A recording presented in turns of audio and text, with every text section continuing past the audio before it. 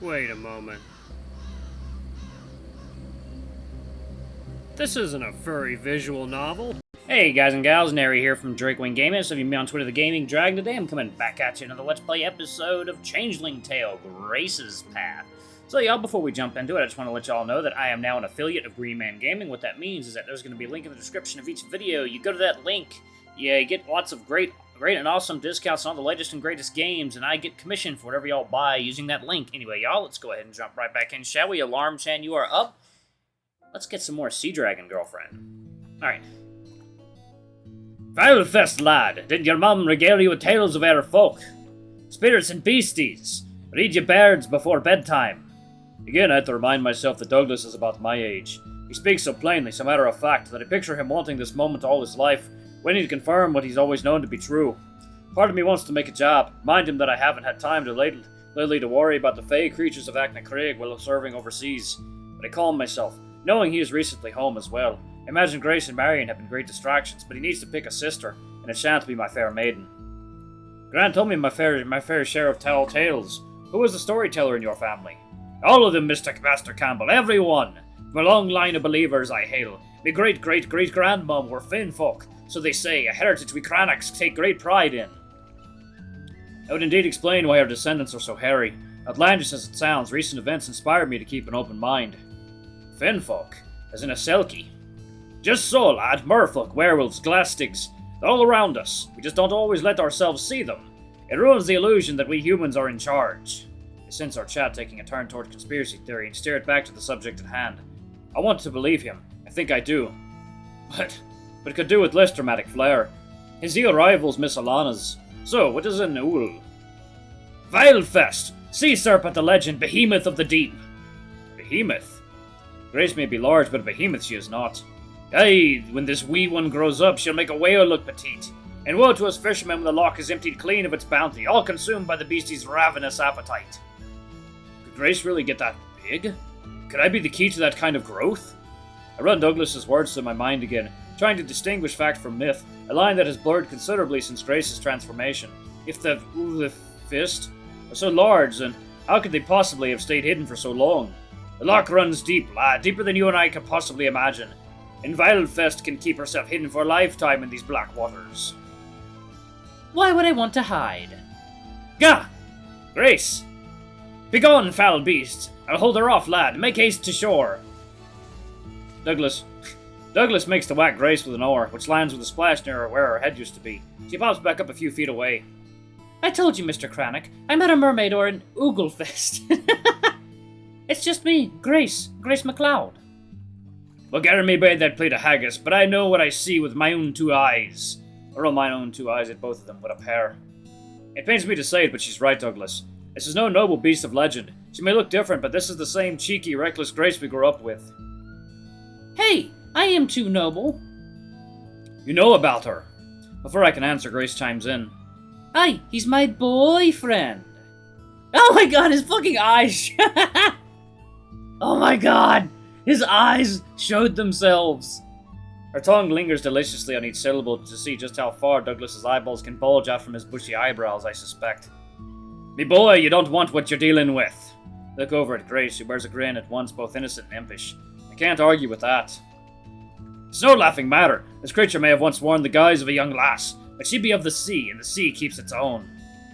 What's that supposed to mean? Douglas's earnestness fades to melancholy. It means you be destined for heartbreak, Master Campbell. Grace breathes in sharply. I'm equally taken aback by this harsh candor. Our shocked silence is punctuated by the lapping of water against our boats. Oi! Who are you to be telling us our business? If anyone should be giving relationship advice, it's me. Marion doesn't know she's dating a fish hater. Grace? I sense Douglas's skepticism is deeply entrenched, small-minded and entirely unfounded. Right? Grace is Grace. Her new body doesn't change that. She's just a normal, everyday sea serpent who grows larger by the day. Oh, good lord, if Douglas is right, what does that mean of Marion, or Jessie? No, Grace's family is plain, ordinary. They're no more fey than I am. I sincerely hope this morning's revelations haven't colored Douglas's view of Marion. Might he think the whole MacLeod family are secret beasts and fairy folk? Marion is a lovely dear whom I need no help courting. Thank you very much. I don't take relationship advice from marine life. See? Fish hater. Some angler you are. If you listen to your catch, you might learn a thing or two. Like what my sister's favorite gifts are. A shadow crosses Douglas's brow. He's clearly as pained as Grace is being a pain. From somewhere behind all that facial hair, the sailor speaks through gritted teeth. They turned down an offer of the Fays to tempt fate, all right. Old Lady of the Loch, tell me thy wisdom. Really? Seriously, these two. But if it helps build a bridge between old rivals. Cleaning supplies. What? You heard me. Is Grace being serious, or this another of her sisterly pranks? Part of me could actually picture Marion thrilled for one of the Oliver Tight's fresh brooms. I don't believe you're your serpent tongue beast. I opened my mouth to defend my girlfriend's honor, only to realize that yes, her tongue is in fact quite serpentine. That's no way to talk to your future sister-in-law. Fine, try this on for size. The church picnic is around the corner. Ask Marion to accompany you and she will jump over the moon. Douglas's pauses to think. I can see Grace may be onto something here. But my service, my customers, I can't just... I'll bring you twice what you normally would catch, I promise you. Douglas seems suspicious. Trust her, she'll have them for you in no time. I need 3 full barrels by noon, no later. Grace nods, water spraying from her hair. I'll bring 4. Here's a down payment. From beneath the surface, Grace lifts a small net full of silvery flopping mackerel, which she must have collected when she saw Douglas approaching. Frayed edges mark the net as a fragment of the snare that briefly bound her this morning. Douglas must recognize it too, for his cheeks go red. But well, I know better than to refuse a gift from the fair folk. Mischievous they may be, but not evil, not all of them. See, I can be a reasonable girl. Douglas turns his hidden eyes toward me. Don't let your guard down 1 second around this one, Master Campbell. The sea and her children are fickle mistresses. Fickle? Maybe about where I go, but not who I want to be, not who I want with me. Grace's webbed hands find their way around me, stroking my back and the nape of my neck.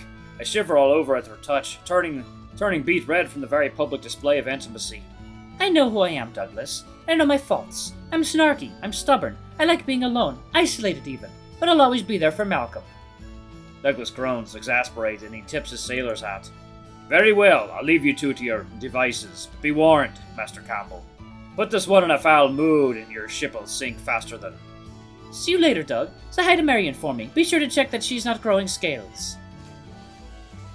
Grace gives the skiff a strong shove with her tail. Grace? What? I'm just giving him a head start. A string of muttered curses fade as the fisherman is launched down the loch.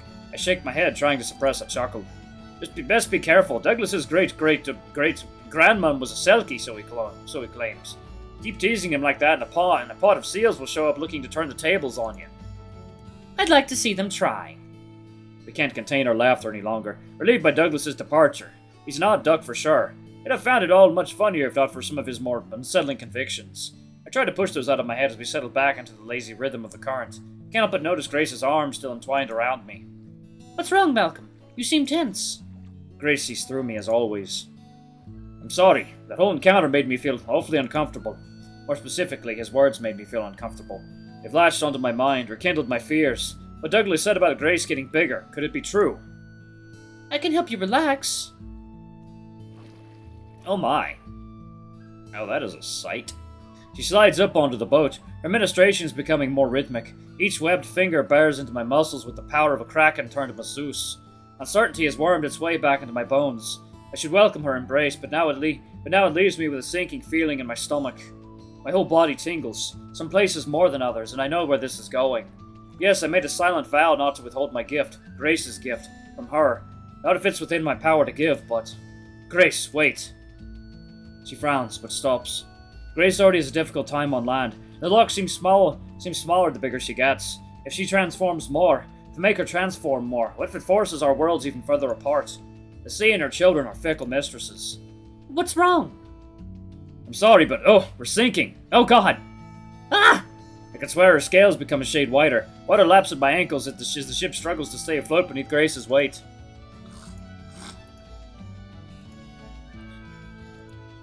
Ah! In one nimble movement, she rolls off the deck and under the boat, and with a jolt, I find myself lifted into the sky.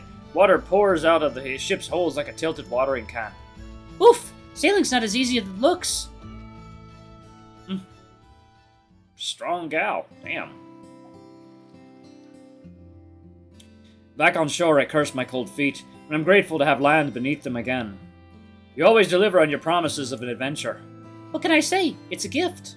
One of her many gifts. I love her for her gifts. So why am I doubting them? Doubting her now? Because I'm afraid I will lose her. Oh. Oh, so cute! I take a deep breath and wade out into the shallows, unconcerned about my already inundated shoes. I wrap my arms around Grace's hunched shoulders. Don't ever want to let go. I had a nice adventure today. But long ago, when we would embrace, I'd rest my head atop hers. Now she must bend down and curl her neck just to reach my cheek. Me too. My stomach, already twisted from conflicting emotions, rumbles. Marion had fed me lunch before I departed, but it's already approaching dinner time. Sounds like someone is hungry. And for once, it's not me. I laugh and nod, my head pressed against her slippery stomach. Yes, and I should go so I don't worry Gran again. I wish we could spend more time together. We will spend more time together. Don't worry, I'm not going anywhere. It means more to me than she could know. She gives me a wet peck on the cheek and releases me from our embrace. Oh god, so wonderfully sweet. Ah, her clothing is so cute. She looks like a pirate queen. I hope that what Doug said isn't bothering you too much. He's so over the top. My breath catches in my throat. Is she just voicing concern, or can she really read how much it rankles? He does love his mythical beast stories, don't worry. I'll take it all with a grain of salt. Until anything changes, I'm happy with the way things are between us. Grace looks a little downtrodden. She must sense I put even a smidge of worth into Douglas's claims. You love your mythical beast too, right? With yesterday's revelation still fresh, I do not hesitate. Of course! That's my little landlubber. I love you too. See you tomorrow then? Her reassurance calms my heart. Yes. Yes, tomorrow. Oh. I doff my cap and turn back toward the path up the hill. From behind me, before she disappears beneath the water, I hear Grace call. Say hello to your gran for me, and next time make sure to bring some tools for repairs. I love the castle. Ah, man, I wish there was a part where you could explore the castle. That'd be awesome. The smoky scent of Colin's skink cooking on the hearth hits my nose as I enter the door. The fishy scent calms my nerves. It smells wonderful.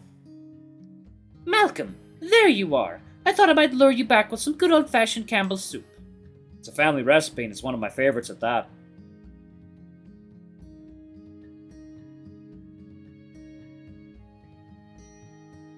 I'm led to the table where I sit down and feel the weight of the day sink to my feet.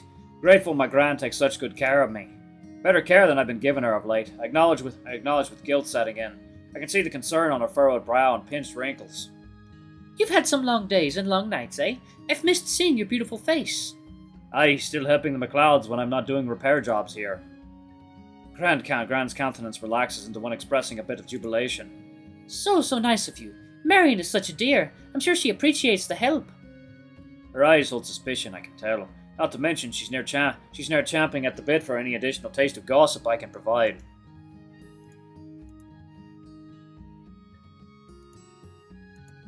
She nudges further. Douglas is such a fine gentleman, but... But what, Gran? Well, he lives so far away. Oh, I imagine it's a quick walk for either of them, really. Or he could always tie his boat to shore by her home. Well, I dare say she's missing out on an opportunity right in front of her face. Gran nods, relishing the glee of promoting me as a best companion. Imagine Mary and I will find the right opportunities ourselves. As Gran speaks, her voice softens and lowers, as if muttering both an incantation or prayer. You deserve someone who will be there for you. A companion. The table becomes quiet, save for the clinks of spoons against ceramic. Grace is there for me, I want to say, at least where our two worlds intersect. I mean, she's not going to amend my clothes or bake me bread, but I'm alright with that. Aren't I? It pains me to keep Gran in the dark, tantalizing her with these vague half-truths. I decide to share just a little bit and hope the flood of questions that's bound to follow doesn't drown me. I'll be alright. I found a companion of my own. Gran's look of shock and vindication is one I wish I owned a camera to capture. You have? Who is she? You can't say something like that and leave me in suspense. I decide to be coy. You know Marion has sisters, don't you? But Jessie is... And I see the light bulb turn on over her head. Grace, but how? How exactly? Gran, she's lovely. We're in love. My grandmother simply can't hide her incredulity, and I haven't even told her the half of it. My dear boy, I can't believe it. Grace McLeod? Was she so... So what, Gran? Quiet, demure, no, not just those things. Shy, witty, she's a funny young lady. So very damaged by life, yet so resilient. Gran catches my eye. Maybe you have more in common than I even know. We're very happy. I assure you she's my girl, my fish, my better half. Wait, I think I need a moment to let this sink in. But I know I'm happy for you. Will there be wedding bells soon? Have you proposed? Do you want my ring? She starts to pull at the band on her finger and I stop her. Whoa, slow down, Gran. We're still figuring things out. Oh, of course. But do let me know when the day comes. I'll make a special cake. Maybe a double wedding with Marion and Douglas. She reminds me so much of my grandmother on my dad's side. Oh, my nana.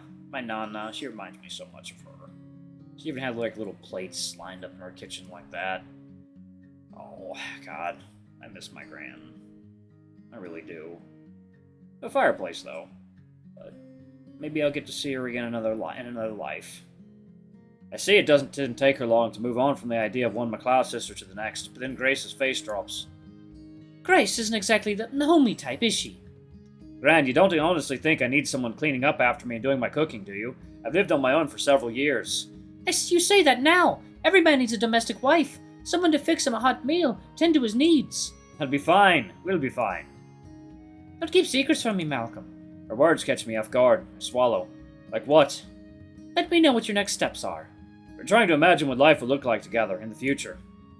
Why, you'll have babies galore. Malcolm, father to a whole brood. I can see it now. Somehow I can't. For now, I'll stick to tending to the flock, which has become a challenge all its own. The reminder of our current hardship seems to bring Gran back to the present. Alright, y'all, I'm going to go ahead and pause it right here. Thank you all so much for watching. Don't forget to like, comment, subscribe, ring that notification bell. Leave a super thanks or tip if you can. It always helps. Until the next video, I love you all. I'll see you next time. Bye-bye!